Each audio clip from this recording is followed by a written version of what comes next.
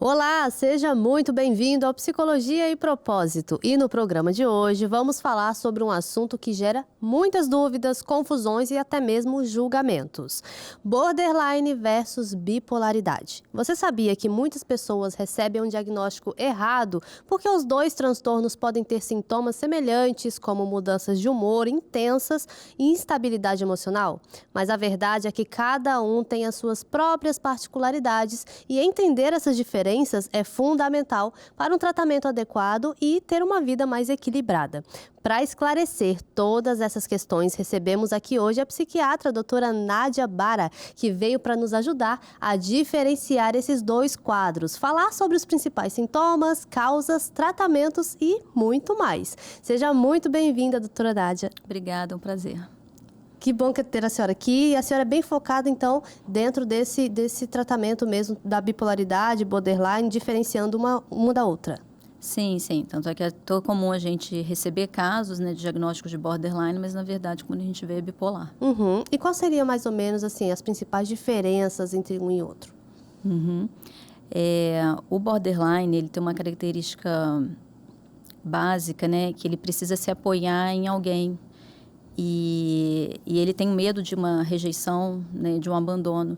E quando isso se aproxima, né, ou então momentos de estresse, né, ele provoca, né, uma disruptura assim, muito intensa, né, de uma instabilidade emocional. E é até difícil, né, se relacionar, porque são pessoas muito instáveis, né? Então você nunca sabe exatamente assim quando é que a bomba vai explodir. Sim. Né? E já o bipolar, ele tem uma característica em que os ciclos, existem ciclos, né? Em que a pessoa pode ter um momento depressivo ou um momento maníaco ou hipomaníaco, né? E isso já dura mais tempo, né? Sim. Enquanto o borderline, ele tem essa disrupção que pode durar, né? Algumas horas ou poucos dias, né? O bipolar, ele já vai ter algum desses períodos durando no mínimo 3 aí, uma semana, né? E pode durar mais tempo. Só que realmente às vezes é bem difícil assim você diagnosticar, né? Diferenciar. E às vezes num atendimento só também não é possível. Seriam quantos atendimentos mais ou menos para conseguir fazer essa diferença? Depende também se tem um suporte familiar que ajude a gente a diferenciar, né? Então, por exemplo, o bipolar, ele pode ter, a maior parte dos casos, períodos prolongados, né, de depressão e pequenos momentos curtos de mania ou hipomania. E, às vezes, isso ser difícil a caracterização. Sim. Né? Como, por exemplo, a gente tem o bipolar tipo 1 e o bipolar tipo 2. Né? O bipolar tipo 1, qualquer pessoa na rua faz um diagnóstico. Sim. Então, por exemplo, lá em Copacabana, tem uma pessoa que, de vez em quando, ela está num surto maníaco. E ele coloca uma caixa de som, e ele dança, ele levanta os braços, e o ônibus, assim, passando perto dele. Não tá nem aí. E ele lá, e assim, é até animado de vê-lo, né? Então, assim, qualquer pessoa consegue enxergar e ver que alguma coisa ali não está adequada. Né? Agora, o bipolar tipo 2, ele já é um pouco mais difícil e existe até um erro de até 10 anos para você conseguir fechar um diagnóstico. Olha só, então é tempo, não é uma coisa que você faz assim de uma hora para outra. Pois é, porque realmente são características peculiares e difíceis, né? E acaba que o borderline e o bipolar, eles têm algumas características semelhantes, né? Então, às vezes, são pessoas que não conseguem fazer um acompanhamento psiquiátrico regular com, às vezes, o mesmo profissional. Sim. Então, vai num profissional, aí a pessoa começa, né, recebe medicamento, né, as orientações, aí ela fica bem, aí ela some. Aí, quando ela está mal novamente, às vezes vai procurar uma outra pessoa. Sim. Ou então, às vezes, está até mesmo no consultório, né, com o médico. Às vezes, alguma coisa que o médico fala, ela fala, não, o médico está louco, eu não tenho isso. Aí já fica insatisfeito, muda de profissional, querendo uma outra visão. Exatamente. Então, às vezes, assim, um diagnóstico, às vezes, pode até ser fechado, mas existe também, às vezes, uma negação, né? Porque também a questão do bipolar é que, quando tem essa hipomania ou mania, ele também tem momentos, assim, em que ele tem muita certeza, né? Não sou, eu estou muito bem, eu estou muito disposto, né? E às vezes ele até se acha, né, mais assim, engrandecido, Sim. né? A pessoa que tem razão e tem certeza, né? Tem alguns quadros, né, assim, realmente delirantes, né? Dessa coisa de Jesus, de Deus, enfim, de comparações, assim, megalomaníacas, né? Mas a questão é, né, é que o quadro de bipolar tipo 2 tem uma dificuldade porque, às vezes, não vem através dessa hipomania, né? Ele vem através de uma irritabilidade. Sim. Então, às vezes, é o que eu digo assim, às vezes é como se fosse um familiar que é excêntrico.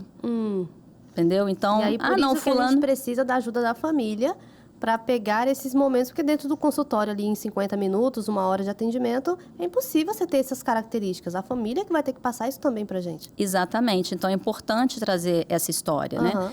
Porque quadros mais delicados, né, como você também veio no consultório, a gente só tem, assim, aquela informação ali do paciente. Mas nos complicados, você precisa do suporte da família, né, para conseguir diferenciar. Porque, às vezes, assim, ele tem uma redução ali da noção de morbidade dele. Sim. Então, enquanto todo mundo em volta está vendo que alguma coisa não está legal, para ele, aquilo ali está uma sombra, né? Ele só tem parcialmente uma noção de como que as coisas não estão saindo de acordo com a potencialidade dele, né? Das relações interpessoais, nas questões de trabalho, né? E eu acho que grande parte dos transtornos, a gente precisa da família para a gente fechar um diagnóstico. Por exemplo, também o transtorno de esquizofrenia.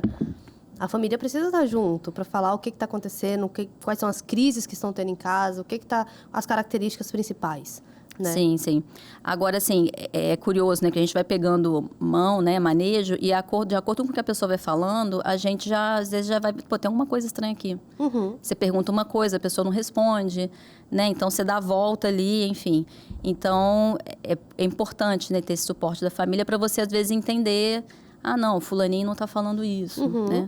Ou então, às vezes, até mesmo acontece em atendimento, né? Às vezes, um familiar está lá, a gente faz uma pergunta e numa próxima consulta a pessoa fala, você perguntou isso, a gente conversou em casa, realmente tem essa característica. Sim. Isso uma vez aconteceu lá atrás, não sei o quê, né? Sim, até porque a família também não vai lembrar de todo o histórico da pessoa para falar numa consulta só. Então, é bom até falar e para numa próxima consulta ela começar a ir lembrando do que tem se passado. Exatamente. Tem um desafio, né? Como eu falei assim, por exemplo, no bipolar, né? Às vezes vai passar grandes períodos em um quadro mais depressivo e um curto período, às vezes, de hipomania ou mania. Então, às vezes, para você conseguir identificar aquilo ali, às vezes é difícil. Sim. Né? Então, à medida que a gente vai falando, né? Então, tem características, assim, mais delicadas, né? Como, por exemplo, uma das características é a hipersexualidade. Então, a pessoa fica num desejo sexual bem exacerbado e, aí, infelizmente, ela acaba podendo se colocar em risco. Sim. Então, ela pode até ter, ou não, né? Mas ela pode ter uma relação fixa com uma pessoa e ela sente um impulso, um desejo premente de precisar de ter relações, né, com outras pessoas e se coloca em risco. Então, hoje em dia tem um aplicativo, né? Ou você liga para alguém e acaba que a pessoa pode depois adquirir, né, uma doença, né? Então, é um assunto delicado, né? Que às vezes a gente pergunta. Então, dependendo de com quem está ali do lado, né? Tem momentos que você tem que estar sozinho com o paciente para perguntar. Sim. De quem está do lado, a pessoa vai ter mais ou menos, né? Assim, tranquilidade ali para responder. E um outro aspecto também importante esse ser perdulário, né? Ele comprar demais sem precisar e comprar coisas em grande quantidade, estar sempre endividado. Então, também é uma característica essa importante. característica consumista o tempo todo, precisando comprar. Em períodos, né? Momentos ali. Sim. Dentro da bipolaridade, como tem esses longos períodos, assim, depressivos, pode ser, então, que aí também tem um diagnóstico errado. Não, ela, sem perceber os outros períodos em que ele está, né? Com uma alegria tremenda, né? Então, assim... Não, está sofrendo de depressão, vamos tratar a depressão. Mas, na verdade, ele está com um quadro de bipolaridade. Exatamente, né? É difícil você, às vezes, conseguir identificar. Então, até o momento, né, em que a pessoa não apresenta uma história, ou né, quando um médico investiga e não tem um quadro de mania ou hipomania, então, teoricamente, é uma depressão unipolar.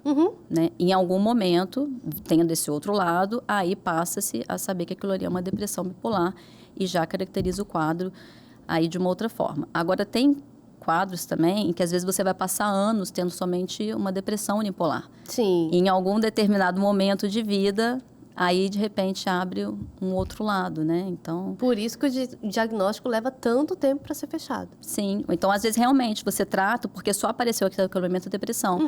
Mas, em outro momento depois, então, o diagnóstico vai mudar. Sim. E aí vem a questão de que o termo bipolaridade também está bem banalizado. É verdade. Assim como o termo de depressão, você está depressivo, você está ansioso, você é bipolar.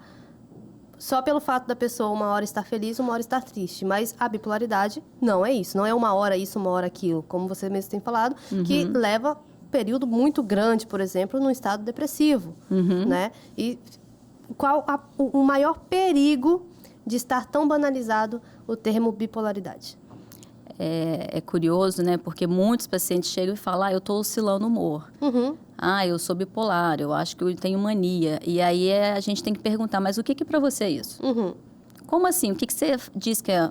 Que eu acordo mal-humorado e que não sei o quê. E aí, à medida que a gente vai juntando outras características, a gente vai vendo às vezes que é um quadro depressivo, até mais simples mesmo, né? Um quadro ansioso.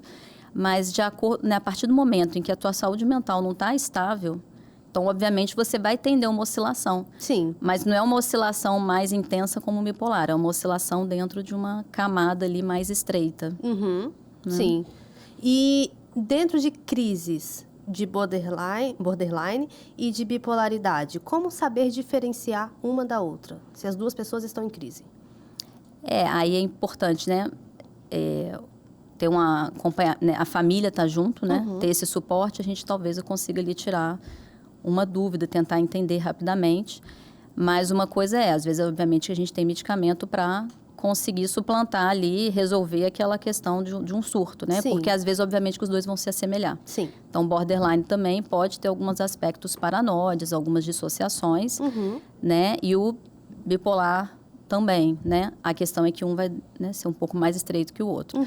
E aí, tentar entender, né? Se, por exemplo, o borderline, a questão da rejeição, do abandono, desse medo, da impulsividade, da instabilidade muito grande, da dificuldade, né, de você conseguir manter relações interpessoais, né? Sim. E aí tem momentos de explosão de raiva e geralmente relacionados a alguma questão que vai levar a essa instabilidade, né, esse medo de perda, né, essa raiva, e podendo também ter esse padrão de automutilação, né? E até tentativas... Que é mais perigoso e precisa ser observado mais profundamente, né? Exatamente. E aí vem uma diferença que é até legal a gente explicar, porque tem muita gente que chega para mim, eu sou psicóloga e a doutora Nádia é psiquiatra.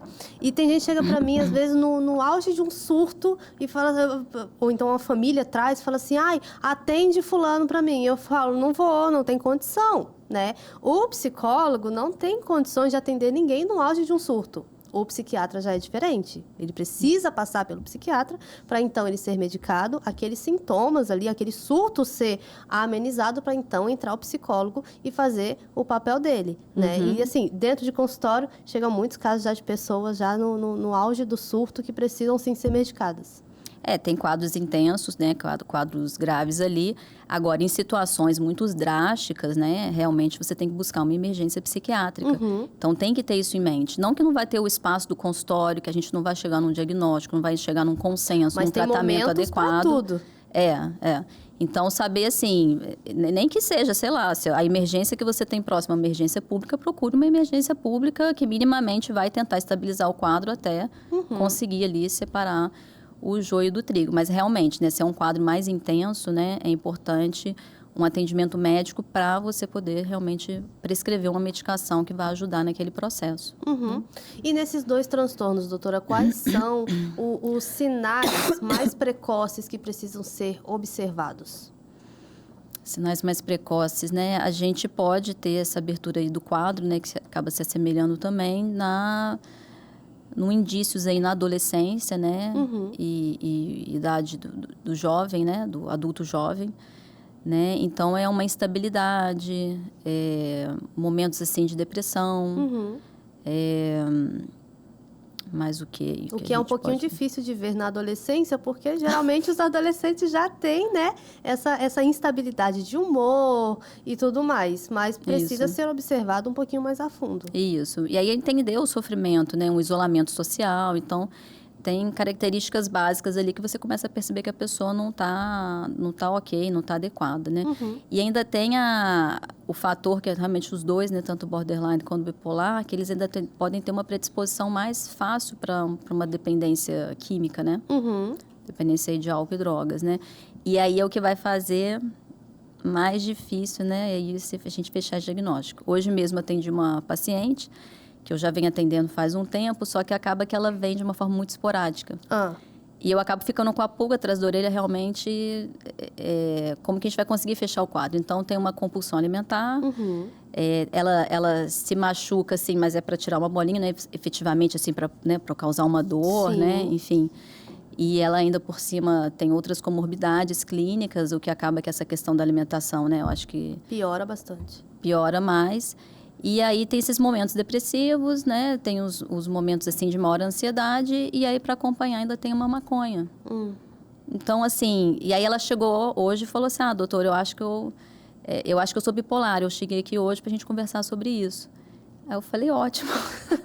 Mais uma coisa pra gente ver. Mas então... talvez não seja isso é algo da cabeça dela. Não, então, pois é, mas assim, o que vai ajudar a gente a distinguir é se a gente conseguir começar a reduzir e suspender essa maconha. Né? Porque às vezes a gente acha que é um quadro e não, é o efeito da substância. Mas a substância eu uso, ela é natural, ela me acalma. Não necessariamente. Sim. Ela, né, vai provocar, às vezes, esse efeito, né? No caso dela, até a maconha até agita, né? E teve casos já que eu já vi de cocaína que até acalma. Então, assim, tirar a substância, né? E se você conseguir ficar 6 meses com uma substância, aí sim você vai conseguir enxergar realmente o que tem ali. Se era um efeito de uma droga, né? Ou se realmente é um quadro. E, na verdade, podem até ser os dois, né? Mas é aquilo, de acordo com a intensidade, com os sintomas, a gente vai medicando para tentar estabilizar e fazer talvez com que a pessoa tenha uma necessidade mais reduzida de buscar a droga, uma vez que a gente está conseguindo estabilizar o humor, né? E aí vem uma outra dificuldade, que é você cortar essa dependência química do paciente, porque já está dependente, né? Exatamente. E aí é difícil. Há um e tem trabalho de muita formiguinha. gente que já chega como ela, dentro do consultório, já com o diagnóstico pronto na cabeça, mas aí vem um outro problema por trás, que são pessoas que se automedicam, né? Infelizmente, são medicamentos tarja preta, que você precisa de uma receita controlada para comprar, mas a gente sabe que tem muitos lugares aí que vendem sem receita, né? E que, querendo ou não, fica fácil de se automedicar. E quais seriam, no caso desses 2 transtornos que a gente está falando hoje, o problema da automedicação? A automedicação é sempre um desafio, né? E, infelizmente, atrasa, né, a estabilidade do quadro da pessoa. Porque se ela está em sofrimento, ainda vem a questão do preconceito da área psi, né? Psicologia da psiquiatria. Eu não sou louca, eu não preciso. Sim. Né? E aí, infelizmente, quanto mais você demora para chegar no tratamento, às vezes você também vai demorar para conseguir estabilizar e ajustar ali aquele quadro, né? Então, assim, é um sofrimento maior, é um sofrimento ali mais prolongado, né?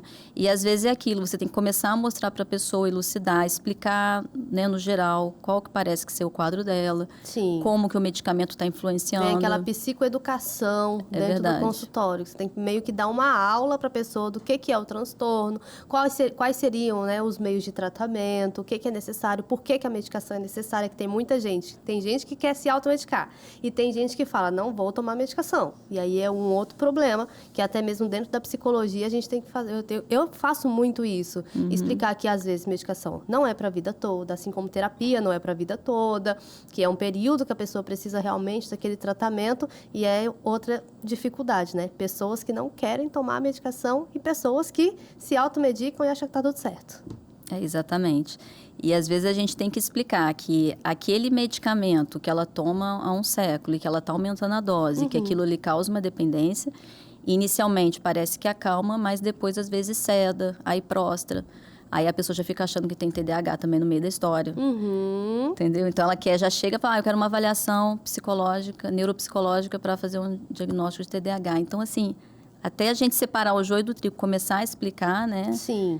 É complicado. E realmente são medicamentos peculiares, né, que a gente usa. São até medicamentos semelhantes que a gente usa no borderline e na bipolaridade. Então a gente faz uso de antipsicóticos, antidepressivos, estabilizadores de humor. Sim. Né? Alguns, dependendo do diagnóstico do bipolar, você consegue colocar alguns antidepressivos.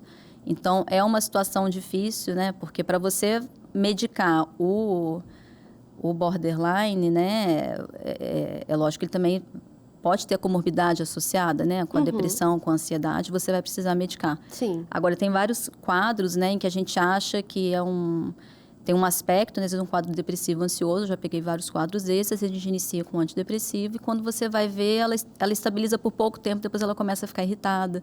Já começa a ter um efeito contrário, né, ao antidepressivo. E aí chega a hora de trocar a medicação. Então, que aí quando a gente começa a levantar a orelha e falar, peraí, isso daqui não tá é um quadro depressivo ansioso. Será que isso aqui não é um bipolar tipo 2? Uhum. Né? E aí a gente começa a mexer, né, usa um antipsicótico, usa um estabilizador, né, de humor, e aí o quadro começa, né, a estabilizar e você começa a... Então, tem características, né, que... Na entrevista você consegue perceber. Sim. E tem outras que é durante o processo do tratamento, né? Então, é aquilo, se borderline e bipolaridade tem essa característica de ficar borboleteando entre profissionais, né? Então, acaba que, infelizmente, atrasa, né? O processo do tratamento, da regularidade, do conhecimento, né? Porque quanto mais tempo, né, a gente está com alguém, mais a gente tem mais o quadro dela. Afinidade, aí você já pode entrar de um outro jeito, né? Fulano, mas isso daqui, como é que é, né? Mas a gente já vê que essa característica é um padrão seu, é comum, né? Então, a gente vai tentando ali. Mas, realmente, a automedicação não seria uma boa opção. Não é opção, gente. Parem de comprar remédio em farmácia que vende sem receita médica, sem autorização, né? E outra questão também é que quando a pessoa, além dela ficar pulando de um profissional para outro, tem gente que fala assim, já fui, tomei a medicação, como a senhora falou assim, não deu certo, mas seria a hora de você mudar a medicação, ou até mesmo você observar e ver que o diagnóstico está errado. Então, vai ter que ter uma troca de medicação, mas a pessoa fala assim, já tentei, não deu certo, então deixa isso para lá. E abandona o tratamento no meio. E os riscos de abandonar um tratamento assim no meio? Vai dar um tiro no pé, né? Porque uma coisa é a pessoa jovem, né? Sim. Que tem um suporte ali familiar. Outra coisa é ela já em vida adulta, né? Num processo de estudo, num processo de trabalho, né? Em que as pessoas precisam ter ela precisa passar uma credibilidade, uma constância, né? E aí, se elas não conseguem, né? Então, tem a similaridade que talvez elas não consigam. E o bacana do bipolar é que você fazendo, né, o diagnóstico adequado, o tratamento, né? Você... Leva uma vida normal. Leva uma vida normal, né? E o borderline, né? Ele já vai ter uma ajuda importante ali da terapia para ele estabilizar, né? Mas com o tratamento adequado, esses sintomas também eles já vão se equilibrando, né? Vão ali sumindo, né? Exatamente. E seria possível, aí é uma dúvida até minha também, a pessoa ser portadora tanto da bipolaridade quanto do borderline? Ou é uma coisa muito surreal? Olha, até hoje eu não vi. Eu já vi bipolar e TDAH, mas bipolar com borderline eu acho mais complicado. E a gente tem uma complicação assim na área psi, né, dos nossos diagnósticos, é que tem aquela questão do espectro, né? Isso. Então, a gente tem, por exemplo, um lado uma questão depressiva e o outro lado uma questão ali psicótica, né? Da questão delirante, né? Enfim, e aí entre aquele range ali, né, existe um mundo de possibilidades, né? E o borderline, uma das dificuldades dessa é essa, que de vez em quando ele dá uma derrapada. Então, ele tem realmente uma proximidade ali com a psicose, né? Mas ele tem algumas características um pouco diferentes. E aí, se você estabiliza o quadro bipolar, né? Você acaba não vendo isso. Então, realmente, eu ainda não vi.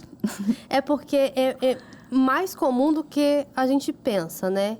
Essa combinação, por exemplo, de transtornos, igual a senhora falou, que pode ter o bipolar, também pode ter a depressão, que também pode ter ansiedade, né? O bipolar com o TDAH.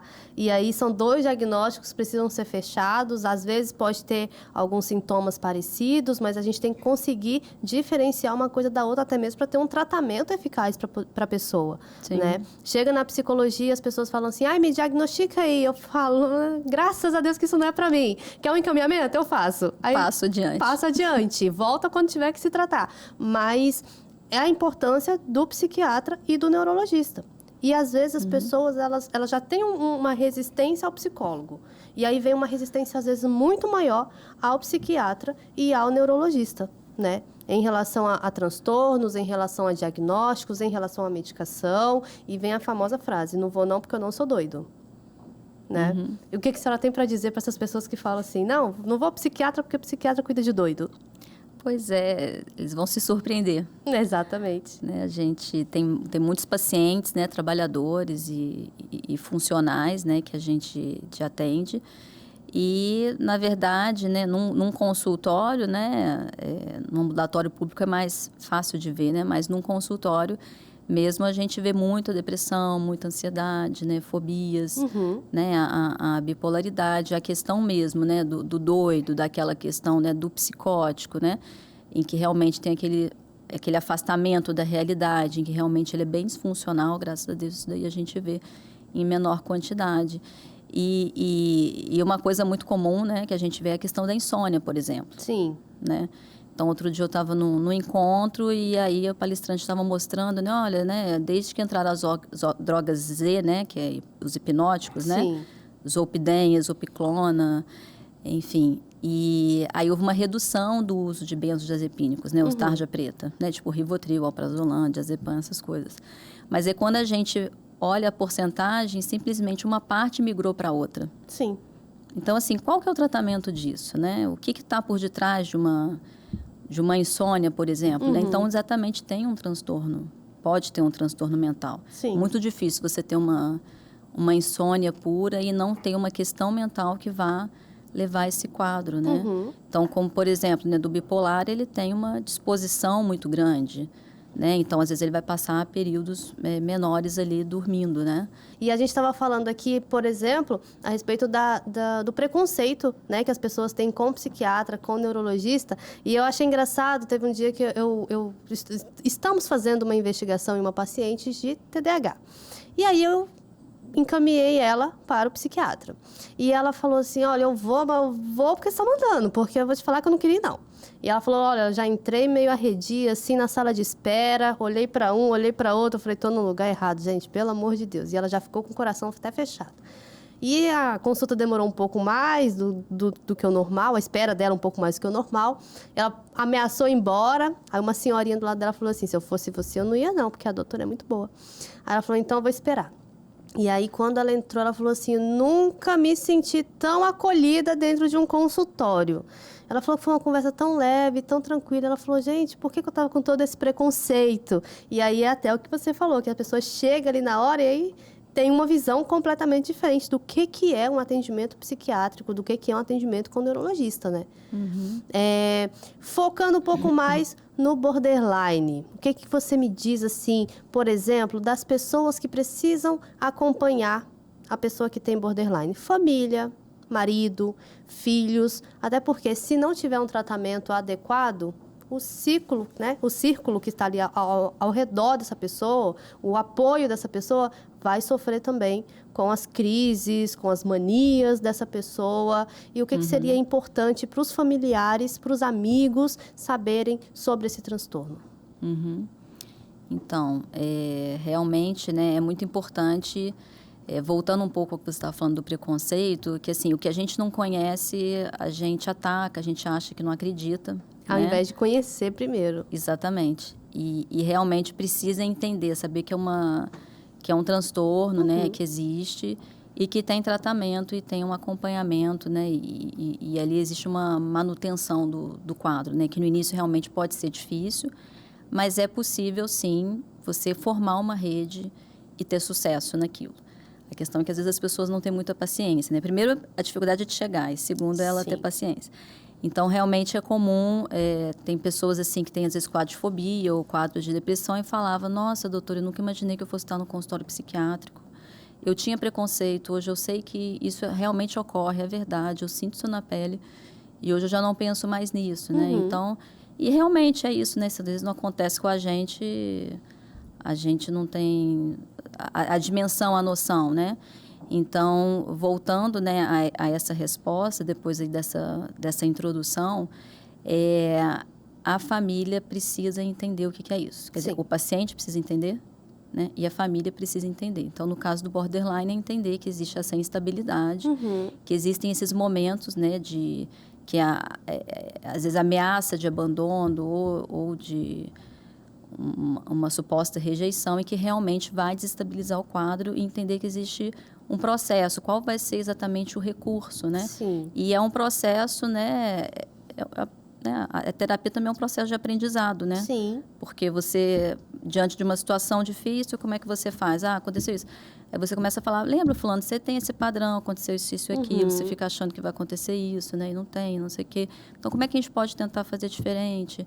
Né? Às vezes foi só uma questão de briga, não foi exatamente um rompimento, né? Às vezes de uma relação. Enfim, então, tanto o paciente quanto a família, eles precisam entender como que é esse manejo, como que isso se dá, né? A partir dessa questão dessa psicoeducação, tirar dúvidas com o médico, com o psicólogo, existem também grupos, né? Cada transtorno, né? Existem, às vezes, grupos que é exatamente para ajudar a dar o suporte, explicar e ancorar, porque acaba que as pessoas vão sofrendo ali e vão ter uma certa identificação umas com as outras, né? Sim. Então, por exemplo, existem os grupos de TEA, né, das mães, né? E assim como vão ter também esses familiares aí do borderline.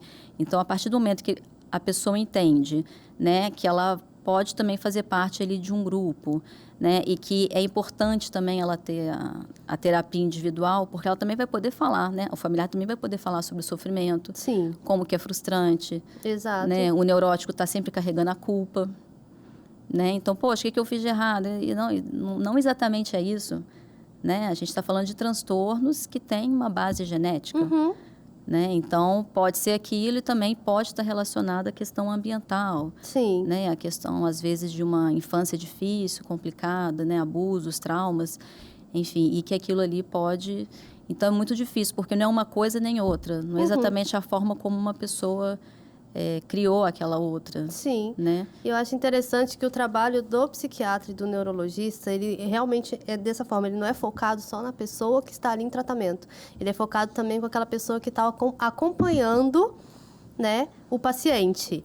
Tem um exemplo, uma conhecida minha, ela tem um irmão que ele tem 50 e poucos anos, mas a idade mental dele é de 5 anos e 8 meses. Não tem um diagnóstico fechado, não é retardo, não é demência, não é nada disso. A única coisa que ele tem é uma mancha no cérebro, e por conta de uma convulsão que teve na infância, e ele ficou dessa maneira. E já não tem mais os pais já faleceram, e ela faz o tratamento dele bonitinho, né? Com o psiquiatra, com o neurologista e tudo mais. E aí eu fiquei sabendo que uma vez levou ele na consulta de rotina com o psiquiatra, e ela saiu de lá com uma receita para ela de antidepressivo. E aí ela falou assim, poxa, olha só, é sempre assim, eu levo ele, aí o médico consulta ele, quando termina tudo que tem que fazer com ele, fala assim, agora senhora, como é que a senhora tá? Doutora, eu tô assim, assim, assado, eu passei por isso, isso, isso. Às vezes entro em crise, eu fico assim, assim, assim. O médico falou assim, não, então a gente vai cuidar da senhora também. Então, ó, tá aqui, porque não, quem é que vai cuidar da senhora? Se a senhora ficar doente, quem cuida da senhora e dele, sabe? Então, é toda aquela atenção que tem que ter também com a família. É aquela famosa frase clichê, né? Quem cuida de quem cuida? E o médico, o psiquiatra e o neuro estão ali também para fazer esse papel, né? Para dar essa atenção direcionada para quem está cuidando, para quem está se desgastando. Porque aqueles 50 minutos, 1 hora ali dentro do consultório é mole. E ficar, às vezes, 24 horas tendo que dar suporte para uma pessoa que tem um transtorno, né? E se tratando desses relacionamentos entre o bipolar e o borderline, qual desses dois transtornos afeta mais os relacionamentos? Com certeza o borderline. Porque a instabilidade é maior, né? E tem pequenos gatilhos que podem né, precipitar muito a dificuldade, né, da relação interpessoal. Tem aqueles momentos de explosões, de raiva, né? Eu tenho um caso aqui, pode contar um caso? Pode. Há uns 10 anos atrás, eu ainda não tinha secretária no consultório. E a pessoa entrava, né? Ela apertava o interfone, né? Ela entrava e aguardava na recepção. Só que a porta tinha, embora tivesse um aviso, nem todo mundo apertava no interfone para avisar que tinha chegado, né? E eu estava no atendimento, né? De manhã, de tarde. E aí chegou assim, já estava na hora ali do último paciente. E Aí a moça falou, mas é o meu horário. Eu falei assim, como seu horário? Ela falou, não, qual que é o seu nome? Eu falei, não, o último paciente agora é esse. Mas você não se identificou? Ela falou, mas por que você ficou aqui me deixando, né, esperando aqui na recepção? Mas você não se identificou? Ela falou, não, eu entrei. Eu falei, então eu não estava sabendo que você estava aqui, né? Uma pessoa que eu não conhecia há muito tempo, né? Era uma pessoa recente. E aí ela começou a ficar brava. E eu tinha exatamente, naquele dia, eu tinha um compromisso depois. Aham. Não Então, tinha assim, como abrir uma agenda para atender ela. Então, e aí eu falei assim, mas o seu é na semana que vem, não tem como você voltar? Porque você está marcado, mas na semana que vem não tem como você voltar? Ai, não, porque você tem que falar, você tem que dar uma declaração de que eu fiz consulta. Eu falei assim, mas como que eu vou dar uma declaração de que a senhora fez consulta se a senhora não fez consulta? Enfim, o negócio foi crescendo. E aí eu não tinha secretária, eu pedi a ajuda da moça da administração lá do prédio para me ajudar a dar suporte, porque eu ainda precisava atender esse paciente. E depois eu vim a descobrir que esse paciente era um quadro depressivo grave, já com pensamento de morte. E já estava pensando onde é que ele ia jogar a moto dele para se matar. Então, isso eu vim a descobrir depois, que era o primeiro atendimento dele, né? E aí ela começou a fazer um escarcéu, gritando, e aí ligou para a polícia. Né? Para a polícia ir lá. E aí, nisso, eu tive, né, que tentar me centrar para ir no consultório para poder ajudá-lo, para depois ver como que eu ia lidar com a situação ali fora, né? Aí eu fiquei sabendo que a polícia foi embora. Mas o que ela? Ela era uma borderline. Então, como é que você consegue, né, manter essa relação? É difícil. E eu me lembro na história dela que ela já tinha passado por inúmeros profissionais. Era aquele que fica pulando de um para outro. Isso. E aí eu falei assim, gente, se aconteceu isso comigo, será que também não aconteceu com outros profissionais? E eu acho que a preocupação dela era tão grande em ter um papel para levar no trabalho, porque provavelmente o pessoal já sabe, eu não lembro exatamente qual era o trabalho, mas provavelmente o pessoal já sabia disso. E aí as coisas tinham que estar muito acertadas. Então, talvez se ela não levasse um papel de que ela tinha comparecido ali, o negócio ia ficar feio para ela no trabalho. Porque ela já tem aquela instabilidade. Então, assim, como que isso impacta negativamente, né? Sim. E existe um tratamento, né? Existe... E que vai ajudar bastante, né, no quadro do borderline. Mas como a gente sabe, cada paciente tem seu tempo, né? Sim, e precisa ter um tratamento justamente por isso, para não afetar tanto no ambiente de trabalho, para não afetar tanto um casamento, para não afetar tanto a dinâmica de uma casa, porque senão terceiros também vão sofrer por conta desse diagnóstico que não está sendo tratado. E quer dizer, o bipolar, ele também, obviamente, né, também vai ter um impacto aí na família, né? Mas, enfim, eu acho que talvez, eu acho que o borderline, eu acho que ele causa um desgaste maior. Não que o bipolar não tenha um impacto, né? Sim. Negativo aí, mas é aquilo, né? É entender o que é, se despedir de preconceito. Quem julga é Deus, embora o ser humano tente, né? A gente às vezes julga e com isso, se a gente julga, a gente acaba também maltratando, falando que aquilo ali é para chamar atenção quando não é. Sim. É um sofrimento genuíno, né? A gente só tem que saber conduzir e direcionar da melhor forma possível. E aí entra todo o estigma social, né, em relação a estes dois transtornos. E eu acho, particularmente, que nem atinge de forma diferente, porque são dois temas, são dois transtornos, assim, que as pessoas não têm tanto conhecimento. Mas só de ouvir falar o nome, quando vê, por exemplo, na mídia, de pessoas na mídia que falam, fulano tem borderline.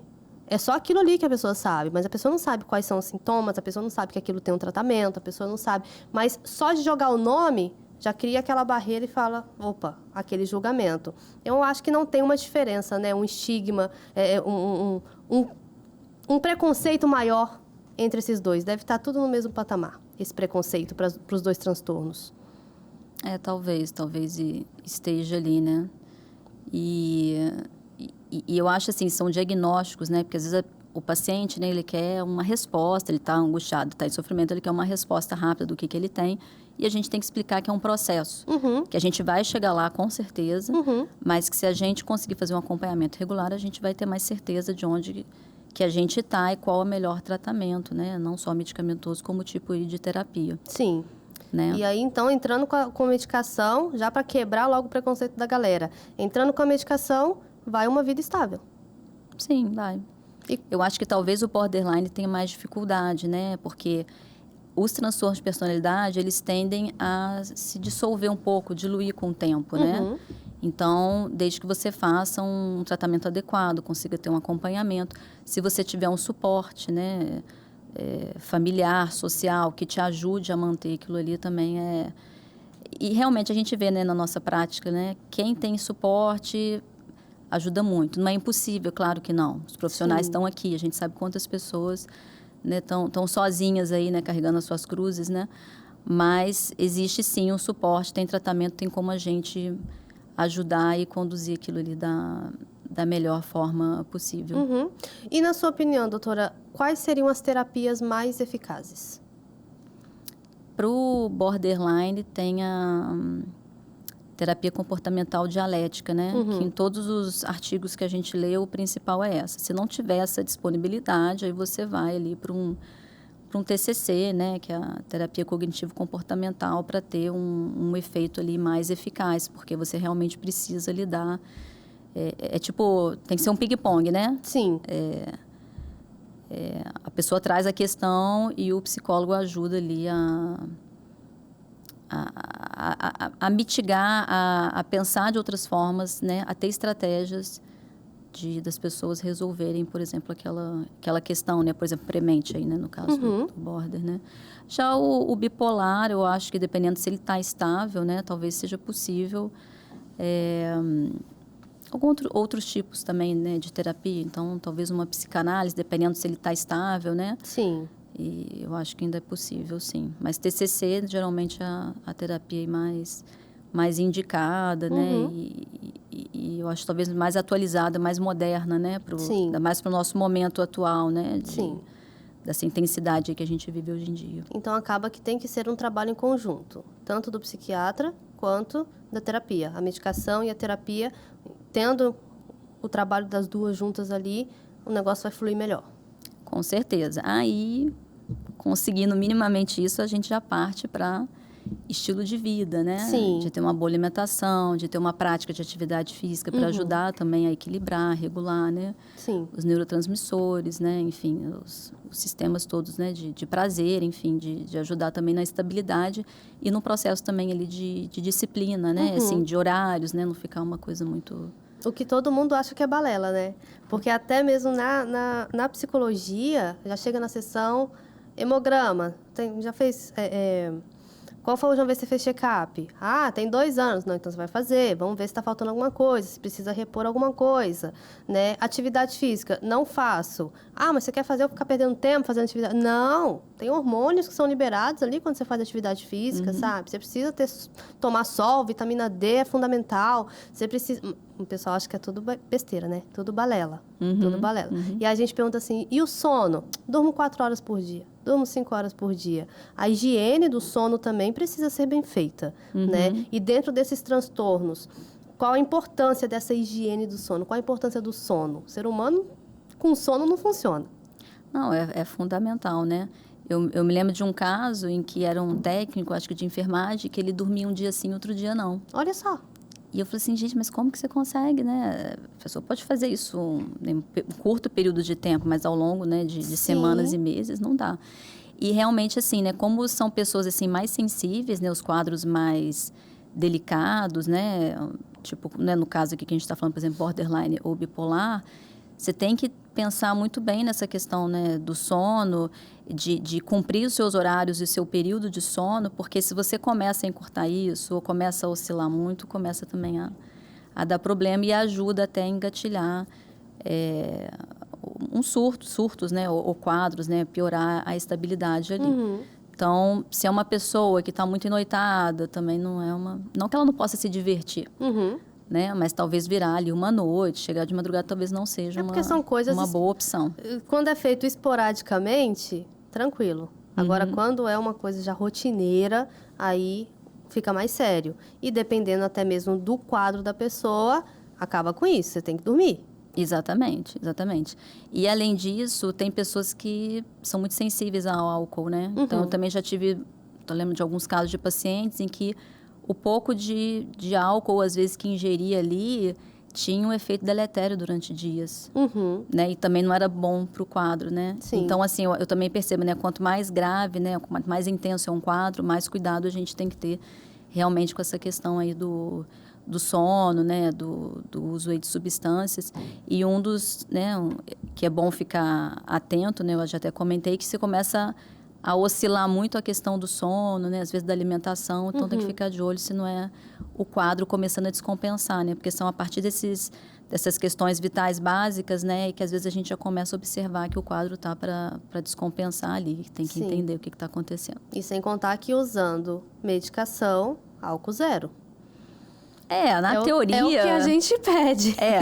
Na teoria, é isso, né? Na prática, né, é que nem eu falo, realmente, né, na bula vai estar escrito isso, o melhor é que não se use, mesmo porque a gente está falando que álcool é uma toxina, né? É lícito, né? Mas é uma substância aí que não...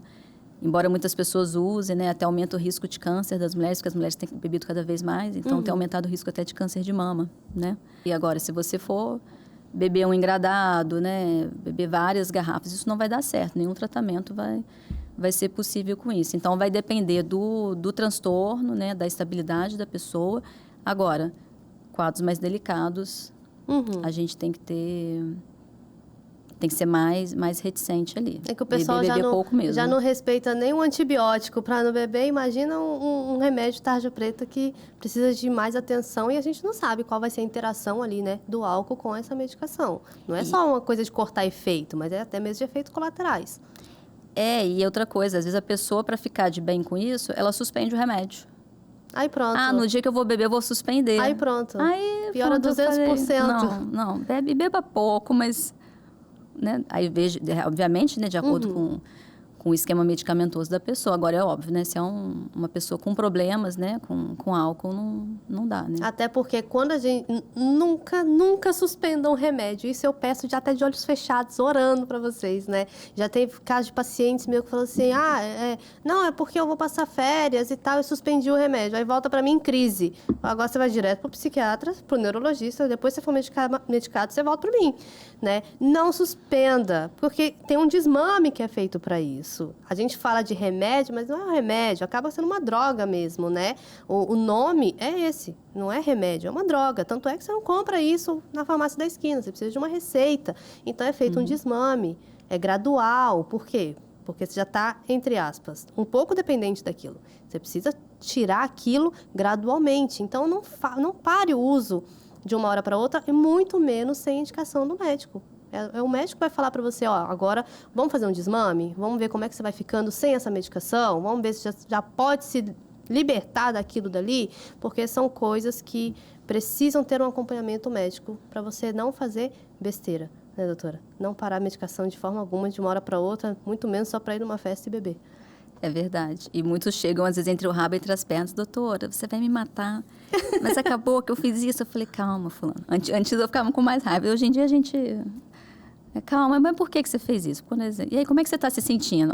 Não estou bem. Que não sei o que. Que eu demorei para marcar, eu fiquei sem um remédio, não sei o que, enfim. Né? Mas tudo tem jeito, né? E às vezes é a chance que a gente tem para também trazer para o tratamento, né? Sim. Então, transtornos mais delicados, como por exemplo esse que a gente está trazendo, às vezes a gente consegue talvez reduzir. Talvez não seja possível, né, suspender tudo. Sim. Né? E tem momentos em que, se tem uma situação mais grave, você vai ter que usar medicamentos de ataque para estabilizar o quadro, né?